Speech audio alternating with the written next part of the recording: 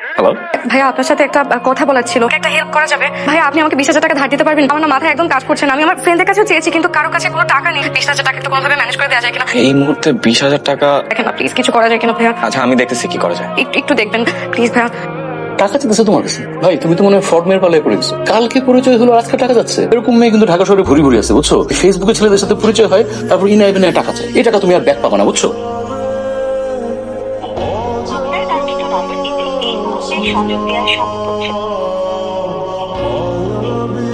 বারবার নিষেধ করলাম তোমাকে, কেন তুমি মেয়েটাকে টাকা দিলা? অবিশ্বাস করে জেতার চাইতে বিশ্বাস করে ঠকা ভালো।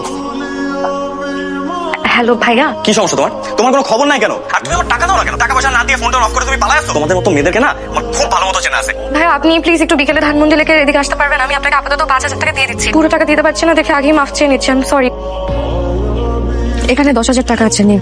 5 না দিবা বলছিলাম? বাড়ি থেকে হাত খরচের টাকা নিয়ে আসছিলাম, আপনার দরকার দেখে দিয়ে দিলাম। আসি। নীলিমা, কি হলো? তুমি ফোন ধরতেছ না কেন? কে আপনি? এত রাতের ফোন দিয়ে ডিস্টার্ব করতেছেন? আমি ওর ফ্রেন্ড। নীলিমা আমার বউ। আপনি ওর হাজবেন্ড? আপনাকে কিছু বলে নাই ও?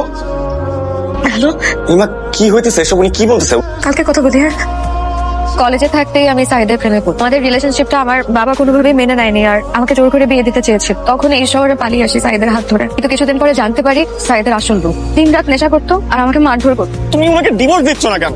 আমি চাইলেই ওকে ডিভোর্স দিতে পারবো না। ওর কাছে আমার কিছু ছবি আর ভিডিও আছে।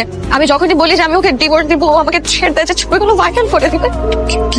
তুমি ওনাকে ডাকো, আমি কথা বলবো। আমি ওনার সাথে ডাকবো, সাথে আমি একটা ব্যবস্থা করবো, তুমি ডাকো। হ্যালো, দুজন একসাথে? খুব ভালো। কি বলবেন বলেন। আপনি আমার বোরে নিয়ে যা ইচ্ছা করেন, আর কিচ্ছু আসে যায় না। আমি ওকে ডিভোর্স দিই। আমার কাছে ভিডিও, ছবি যা আছে সব কিছু দিয়ে দিব। আমাকে 20 লাখ টাকা দিতে হবে। ঠিক আছে, দেখতেছি আমি আপনার জন্য কি করতে পারি। ও এইভাবেই আমাকে ব্ল্যাকমেল করে। কোথায় পাবো আমি 20 লাখ টাকা? আমি দেখি কি করা যায়। এর বোর জন্য রেখে এগুলো বিক্রি করে যা পাস তাই দিয়ে নীলিমাকে বিপদ মুক্ত কর। সাইন করেন। এই আমার ছবি আর ভিডিওগুলো কই? আছে এই যে সব বাস।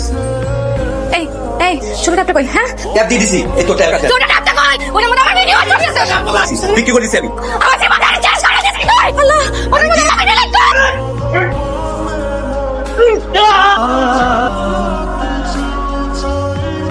হ্যালো, আমরা আজকে একটা প্রতারক দম্পতিকে গ্রেফতার করেছি। আপনি একটু দেখে শনাক্ত করেন তো তারা আপনার অভিযুক্ত আসামি কিনা।